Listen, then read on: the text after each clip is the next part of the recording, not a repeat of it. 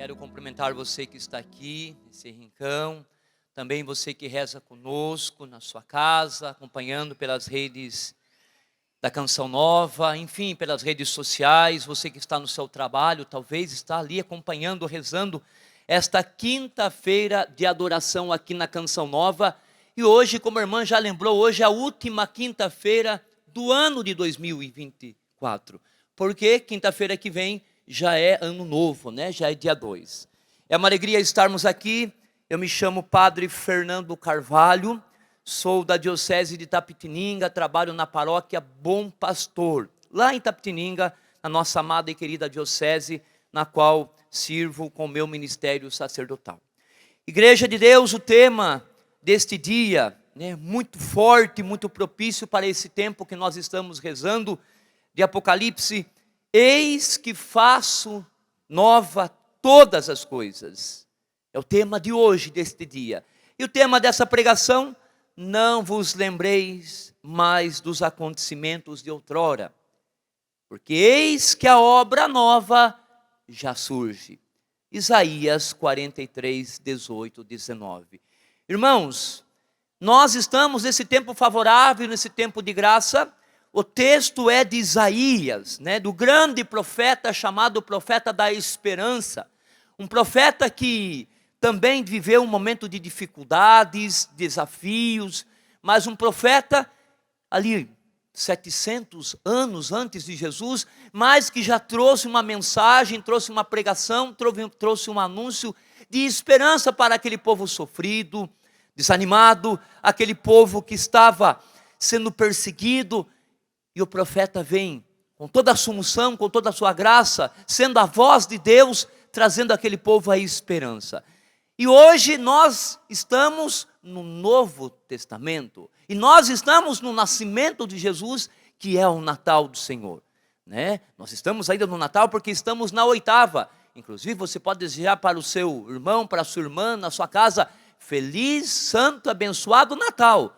Pode ser que para alguns é estranho, hoje, amanhã, depois de amanhã, semana que vem, eu e você desejar Feliz Natal.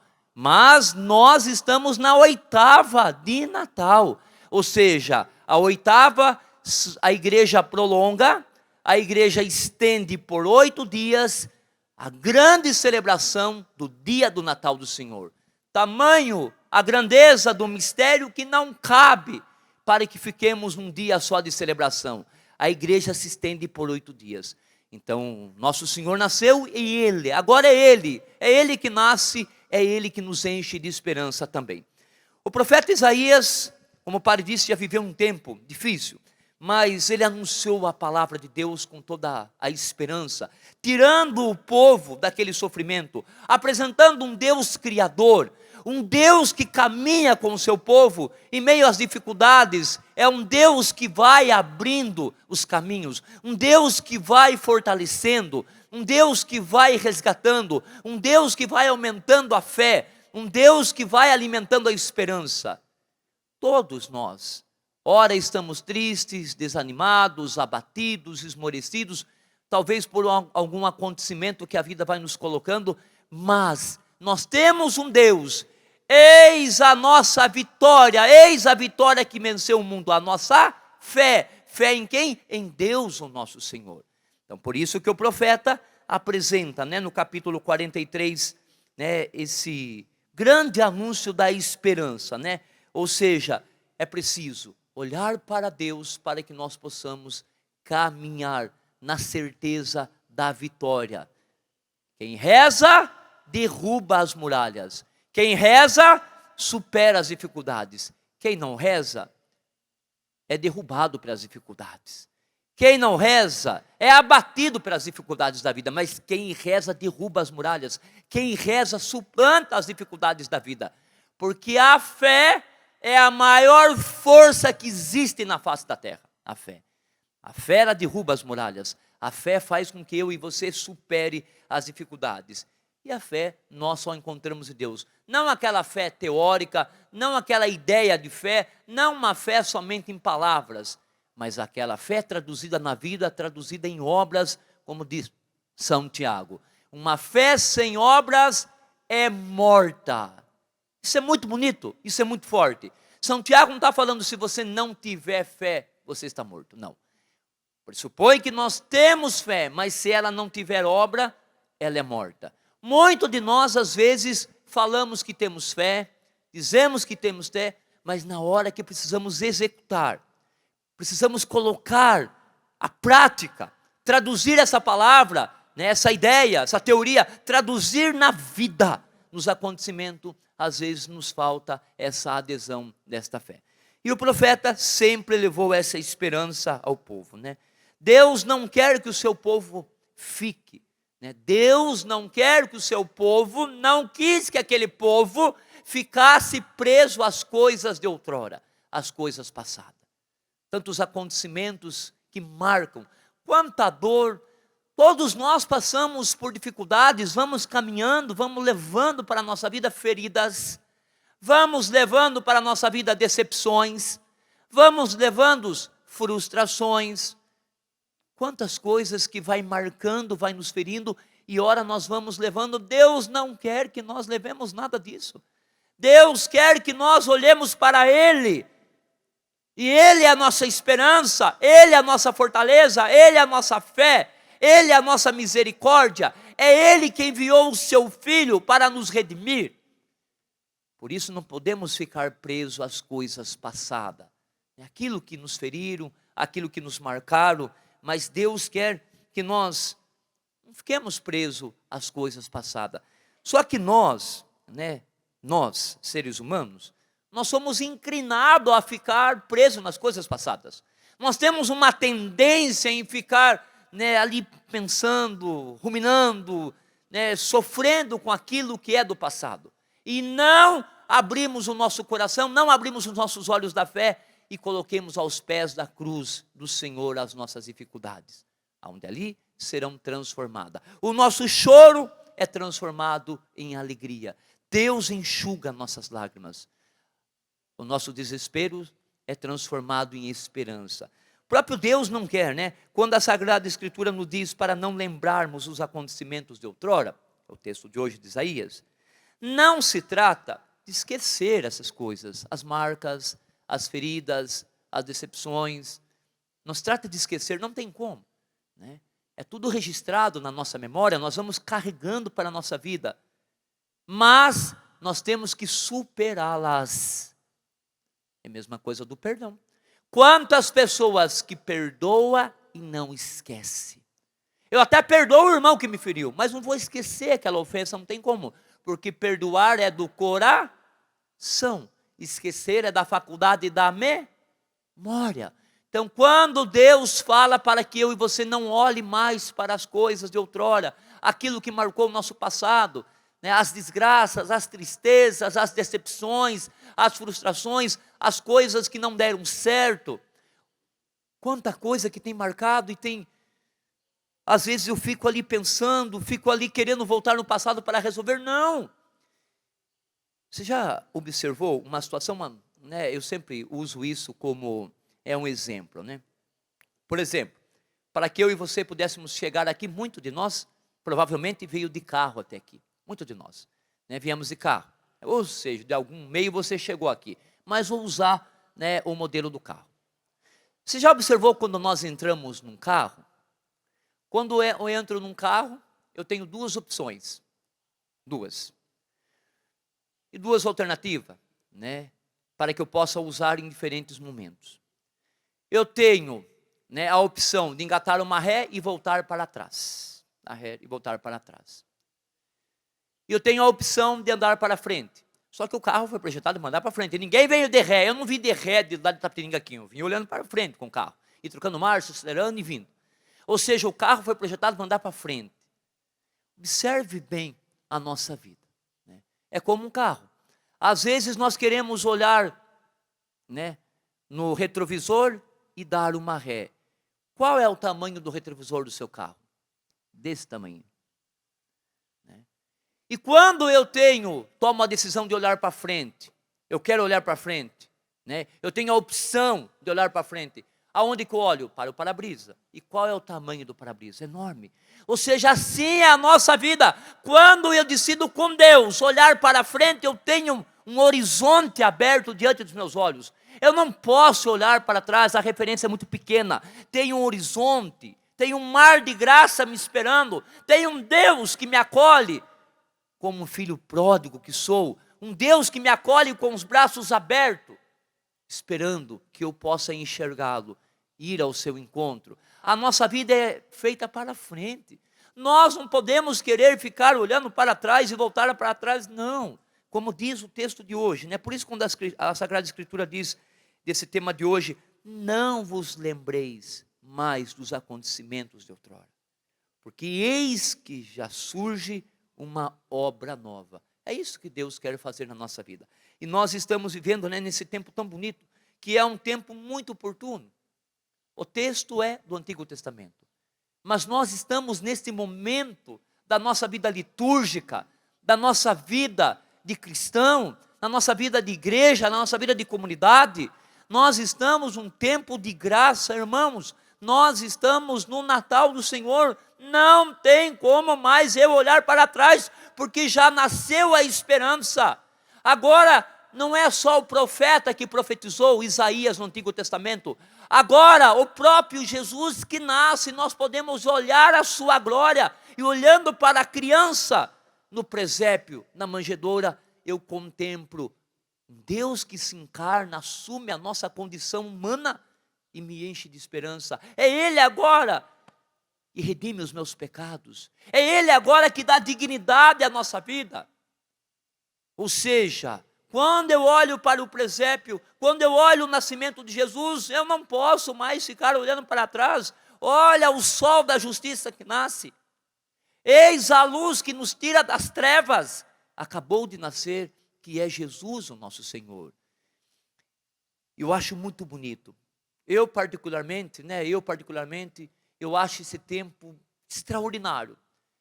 Um tempo muito bonito. É uma pena que muito de nós, às vezes, muito de nós, não mergulhamos nesse mistério. Se eu e você, se nós conseguirmos mergulhar, aprofundar, viver, celebrar, viver o mistério do Natal, eu não vou mais olhar para trás. O padre vai explicar por quê. Para muitos de nós, quando vai se aproximando o final de ano e aponta o Natal, muitos de nós olhamos para o Natal apenas como um feriadão. Quantos de nós que olhamos para o Natal como um feriadão? Pessoas que escutam falar de Natal, está chegando um feriadão. Quantos que têm uma linguagem que reduz o Natal, uma linguagem de a magia do Natal? O Natal não é uma magia, né? O Natal não é uma magia. O Natal não é um feriadão, né? O Natal, como diz a oração depois da comunhão do quarto domingo do Advento. Você deve ter participado dessa missa. O último domingo do Advento, logo depois da comunhão, o padre faz a oração pós-comunhão. E lá tem uma explicação profunda do que é o Natal do nosso Senhor Jesus Cristo, né? Ou seja, é a festa da nossa salvação. O Natal não é uma festa só de comida e bebida e troca de presente. Não, o Natal é uma festa da nossa salvação. Então não preciso mais olhar para trás, vou olhar para a minha redenção que o Senhor me trouxe. Também no dia 19 de dezembro, quinta-feira, a oração da coleta, a oração do dia, ali que o padre faz logo no início da missa, ali explica o que é o Natal. O padre diz que o Natal não é uma magia. O Natal não é uma mágica. O Natal não é uma energia. O Natal não é um feriadão. O Natal é um Deus que pelo parto virginal da Virgem Maria revela ao mundo, revela a mim, revela a você, revela ao mundo o esplendor da vossa glória. Olha que bonito isso. O Natal é Deus que revela a todos nós, aos nossos corações, o esplendor da vossa glória. Ou seja, que eu e você por meio de uma fé pura, possa celebrar com devoção e amor o mistério tão profundo da encarnação. Isso é Natal. O Natal é um mistério tão profundo da encarnação do nosso Senhor Jesus Cristo, né? Por isso, né, que eu vejo a igreja muito sábia. A nossa igreja tem uma riqueza litúrgica.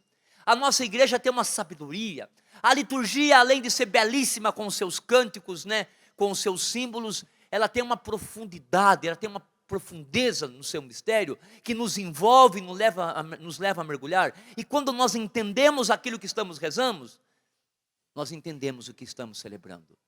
Por isso que o Natal não é só o dia 25. Por isso que para que eu e você chegue no Natal, a igreja coloca 4 semanas de preparação, chamado de advento. Assim é a nossa vida.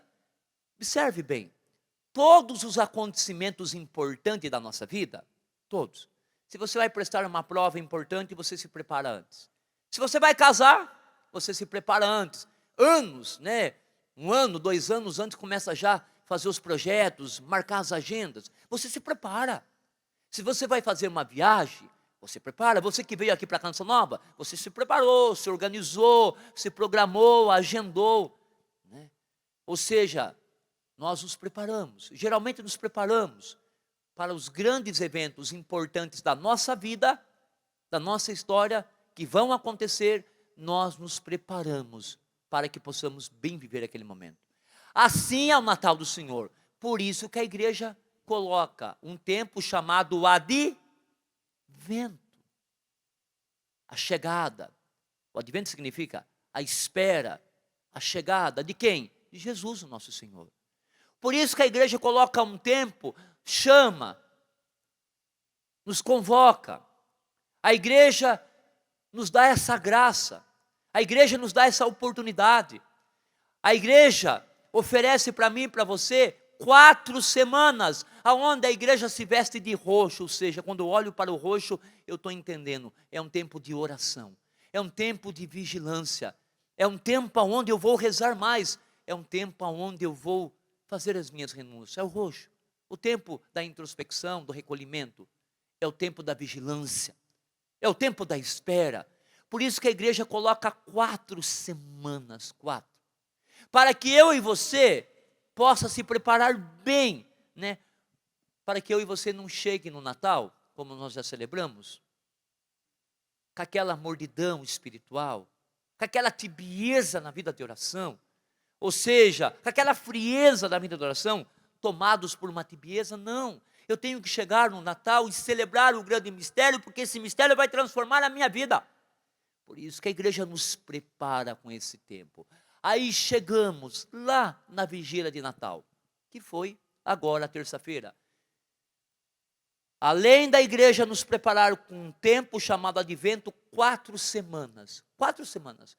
Aonde eu tive oportunidade, aonde eu tive um momento para que eu pudesse organizar, se confessar, rezar mais, me preparar para que eu pudesse chegar na véspera.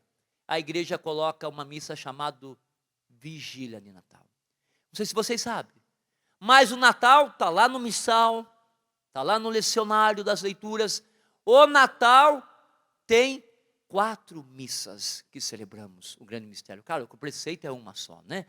Mas o Natal, para celebrar o grande mistério, a igreja começa com a missa da vigília, aonde nós ouvimos o evangelho da genealogia de Jesus, ou seja, a missa da vigília, da espera. Aí é apresentado a genealogia de Jesus, desde Davi, e vem passando por gerações, até chegar a José. Aí a igreja coloca mais uma missa, chamada missa da noite, ou também conhecida como a missa do galo, aonde ali nós contemplamos o nascimento de Jesus. O evangelho daquela noite mostra Maria, Nossa Senhora, né, que dá a luz a Jesus, e ela envolve no manto, e é colocado ali na manjedoura.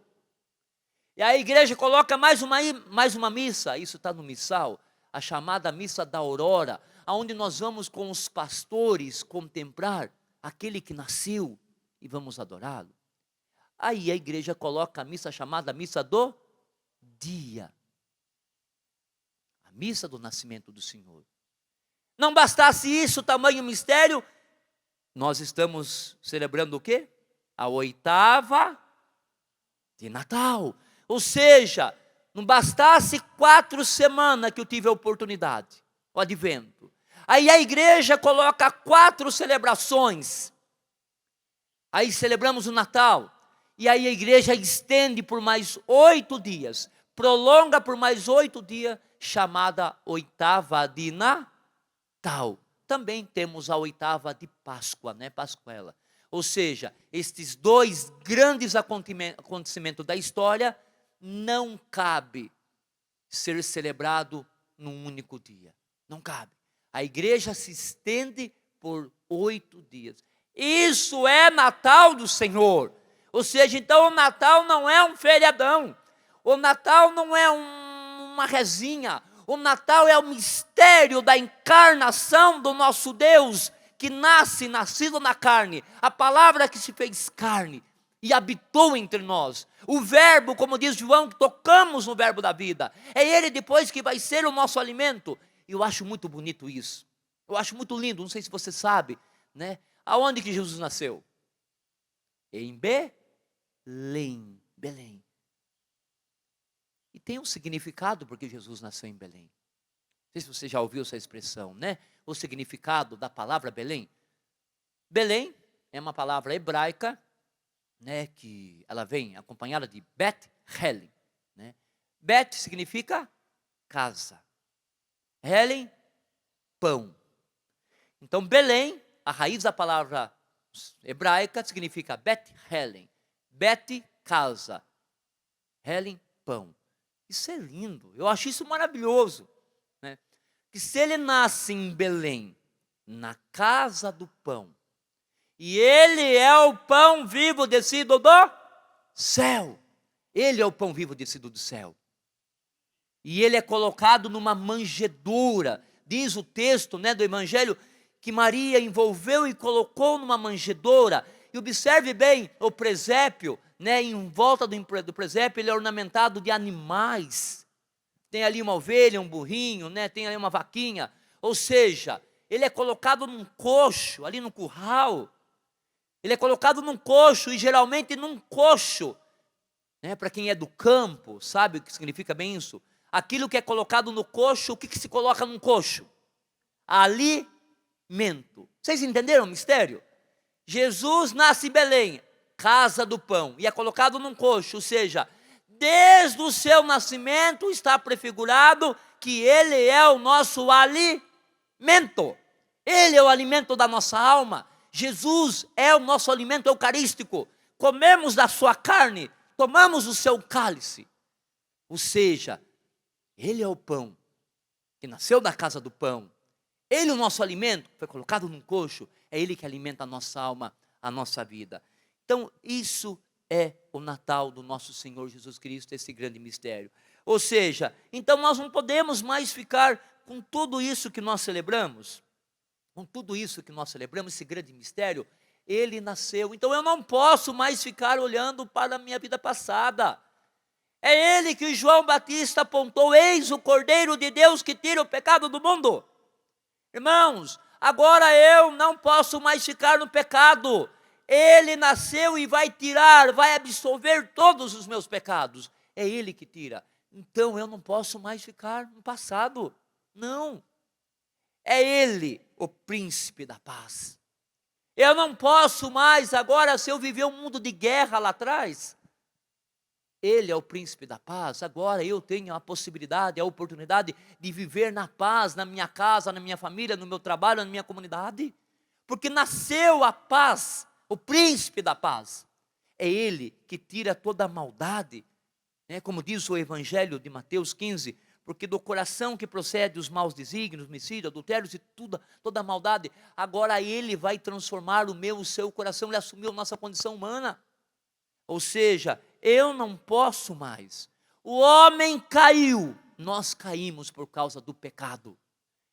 Deus desceu, caiu o homem miseravelmente, desceu Deus misericordiosamente para nos salvar. Pense nisso. Então, eu não preciso mais ficar vivendo as coisas passadas. Eu caí no passado. Você cai, caímos. Todos nós caímos, tropeçamos. Talvez eu e você traga uma história marcada de pecado, né? Uma história marcada de maldade, uma história longe de Deus. Mas olha para a vida dos santos, também viveram uma vida distante. Pega São Paulo apóstolo, pega Santo Agostinho, tantos santos que viveram distante de Deus, mas depois eles caíram por causa do pecado. O homem caiu, mas Deus desceu do céu. O homem caiu miseravelmente. Deus desce e nasce misericordiosamente para nos salvar. Então é Ele que nos levanta, né?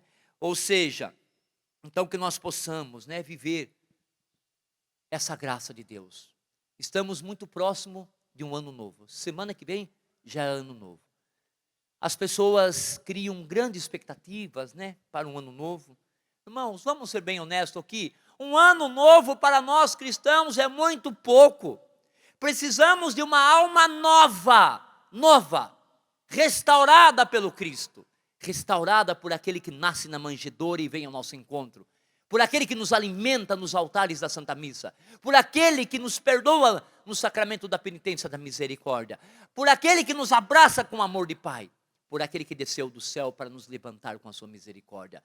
Então, um ano novo para nós é muito pouco. Vamos além, vamos buscar uma vida nova, vamos buscar ter uma alma nova, lavada, banhada no sangue do Cordeiro, restaurada pelo nascimento de nosso Senhor, pelo grande mistério da encarnação. Se Isaías profetizou, tirando o povo do medo, da insegurança, do pecado, da fraqueza, das perseguições, hoje nós temos Jesus, que nasceu para nós, e é Ele que nos dá uma vida nova, é Ele que nos levanta. Ou seja, eu pego a N, né? Vamos dizer, por hoje eu tenho que ter uma vida nova, hoje, que eu e você possa tomar essa decisão, abrir o coração para o novo que acontece na história, o nascimento de nosso Deus. O padre disse, né, as pessoas criam grandes expectativas para o ano novo. As pessoas, né, fazem projeções, projetos. Guarde isso que o padre vai dizer. Irmãos, independente da mudança do ano, né, da mudança do ano, quem tem que mudar somos nós. Eu terei de fato um ano novo se eu for uma nova criatura, se eu for uma nova pessoa. Eu sendo uma pessoa nova, deixando as coisas do passado, olhar para a graça que me espera, para o novo que Jesus me chama, tudo será novo na minha vida. Não adianta nada eu querer ter um ano novo se eu continuo sendo uma pessoa velha. Estou falando de idade cronológica, estou falando nos vícios do pecado, na maldade, no ranço, no ódio, na preguiça, na falta de oração. Não adianta nada, eu vou continuar sempre no ano velho, porque independente do ano, claro que é necessário sonhar, é necessário fazer projeções, é necessário organizar a vida, sonhar, organizar, claro que é, todos nós precisamos, né?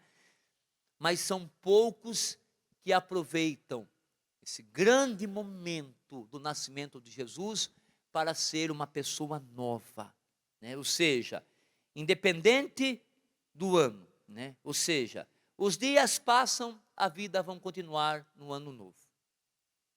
Justamente porque quem precisa mudar somos nós. Independente do ano, quem tem que mudar somos nós. E nós temos a graça, a oportunidade de mudar. Eis que nasceu para vós. Hoje nasceu para vós o Salvador, que é Cristo Jesus, o nosso Senhor. Então nós temos uma graça da mudança, porque nós temos Jesus que nasceu. Nós temos um Deus, né, que caminha conosco, né? Então que nós possamos nesse tempo, né, não olhar para as coisas passadas, né, não ficar olhando para aquilo que é passado, como o padre disse, né, nós temos uma tendência de ficar reclamando, lamentando, né, murmurando. Nós temos a tendência, não, vamos mudar, né? Vamos mudar, vamos parar de ficar lamentando, de reclamar. Irmãos, a palavra tem força, a palavra tem muita força. Só abrir o livro do Gênesis. Como que Deus criou o mundo? Pela palavra que se fez carne. Deus foi falando e as coisas foram acontecer. Faça-se a terra, fez. Faça-se as águas, fez. Faça-se os luminares, fez. Façamos o homem e a mulher. Ou seja, Deus foi fazendo e criando por meio da palavra. A palavra tem força, por isso, tome cuidado com as suas palavras. Mude também o seu vocábulo. Mude os seus hábitos. Não fique lamentando, murmurando. Troque a reclamação pelo louvor. Quando nós reclamamos, estamos maldizendo, praguejando. Quando nós estamos louvando, estamos bendizendo, agradecendo. Ou seja, o que quer dizer maldizer? Vou maldizer. É dizer dizer mal as coisas, né? Ou seja, o que é uma má dicção? É você falar mal. O que é uma boa dicção? É você falar bem, elogiar. Sei que a nossa vida é marcada por tantas dores, desafios, né, enfermidades, luto, tantas coisas que às vezes, né, nos tira o chão. Mas como diz a música, mesmo na tempestade, Senhor, mesmo que me faltem as palavras, mesmo na tribulação, mesmo na tempestade, mesmo longe dos seus, eu te louvo, Senhor, te louvo. Que nós possamos deixar o que era velho, assumir uma vida nova, que Cristo nasceu. Trocar os nossos hábitos de reclamar, ficar reclamando, né? Às vezes nós podemos dizer, padre, não tem como mais, não tem como eu ter uma vida nova, o senhor não sabe da minha história, o senhor não sabe da minha vida. Irmãos, olha para Santo Agostinho, um homem que viveu no pecado 9 anos numa seita maniqueísta, 9 anos numa seita maniqueísta, um homem que gerou um filho, ele vai dizer no seu livro As Confissões, esse filho é fruto do meu pecado. Olha para Paulo apóstolo, um homem que perseguiu os cristãos. Hoje nós celebramos o martírio de Santo Estevão, um homem que estava lá, aprovando o martírio de Santo Estevão, o primeiro mártir da igreja. Olha para Pedro, chamado de Satanás pelo próprio Jesus. Afasta de mim, vai para trás, Satanás. Tu não dizes como os homens, Pedro. Ou seja, não são as nossas fraquezas, não são os nossos pecados que nos impedem de superar, de avançar, de abraçar a glória que nos espera. É a nossa falta de fé, porque para os nossos pecados tem um remédio, tem uma solução, tem um resgate. Jesus nasceu para nos redimir. Então, para os nossos pecados, para nossas fraquezas, nossas limitações, tem um remédio, tem uma solução. Nasceu aquele que tira o pecado do mundo. Nasceu aquele que nos redimiu. O que nos impede de dar passo, de superar a nossa vida passada, é a nossa falta de fé. Como o padre disse no início da missa, no início da pregação, a maior força que move o mundo é a fé. Um homem e uma mulher que tem fé supera as dificuldades. Como Jesus diz no Evangelho, né? Aqueles que tiverem fé do tamanho de um grão de mostarda vão dizer para essa montanha, saia daqui e vá para o outro lado. Já teve santo na igreja que operou esse milagre. Só você ir lá no Cairo, no Egito, tem um milagre. Tem uma capela, né? Chamada Capela da Caverna. Simão orou diante daquele cenário, jejuou, orou, e a montanha subia e descia. Ou seja, então é possível, por meio da fé, eu transportar montanhas. É possível, por meio da fé, eu e você superar as dificuldades. É possível, por meio da fé, eu deixar a vida de outrora e assumir uma vida nova que o Cristo tem para mim e para você. Então, que nesse tempo de graça, nós estamos vivendo, né, esse tempo tão oportuno. Esse tempo de graça que eu e você possamos, né, deixar essa vida, deixar a vida de outrora, né? Não nos acostumemos a ficar no passado. Não fique acomodado no passado. Veja as curas, né, que Jesus realiza no Novo Testamento. Levanta, toma, tua cama e anda. Levanta, levanta, se você está caído, levanta. Toma tua cama e anda. Levanta, Jesus te levanta. Ele ressuscitou, Ele é o ressuscitado. Ele se colocou de pé para que eu e você fiquem de pé também. Que eu e você possamos viver viver a graça de Deus, superar os vícios, superar os pessimismos, né? Estamos nesse tempo de graça, estamos às portas do ano novo, que tudo seja novo com a graça de nosso Senhor. Pense nisso, reflita sobre isso, nós estamos num tempo maravilhoso, não é a maior festa cristã, a maior festa cristã, nós sabemos que é a Páscoa do nosso Senhor, até por um lado natural, né? Se você for num hospital agora, por exemplo, você vai ver muitas crianças que estão nascendo no dia de hoje. Talvez você tenha na sua família alguém que está nascendo hoje, agora, nesse momento. Nascer é um dado meio natural. Então, o nascimento de Jesus, claro que não é muito natural, porque ele não é só uma criança. Ele é uma criança divina. Ele é Deus, é o Emanuel. Ele que se encarnou no ventre puro, virgem da Virgem Maria, pela ação do Espírito Santo. Então a criança que nasceu no Natal, a criança que nasceu e foi colocada na manjedoura, não é qualquer criança, é Deus que nós adoramos. Mas nascer é um dado meio natural. Agora ressuscitar não é um dado muito natural, né? Eu e você, eu até agora nunca vi ninguém ressuscitando, né? Então nascer a gente vê todos os dias criança nascendo. Agora ressuscitar, não sei se você já viu, eu até agora não vi ninguém ressuscitando, né? Mas mesmo assim, esse grande mistério do nascimento do Senhor, grandioso, grande mistério da encarnação, que nos tira da vida passada, nos tira da vida da outrora e nos leva para uma vida nova, porque é um mistério na qual nós contemplamos, na qual nós celebramos, na qual nós tocamos, na qual nós comungamos o seu corpo, na qual Ele derramou sobre nós a tua glória, a tua graça, o teu Espírito, que nos leva a ter uma vida nova. Então que nós possamos, com esse grande tempo de graça, viver a vida nova e deixar tudo aquilo que nos prende, tudo aquilo, né, que outrora nós vivemos. Eis que surge uma vida nova.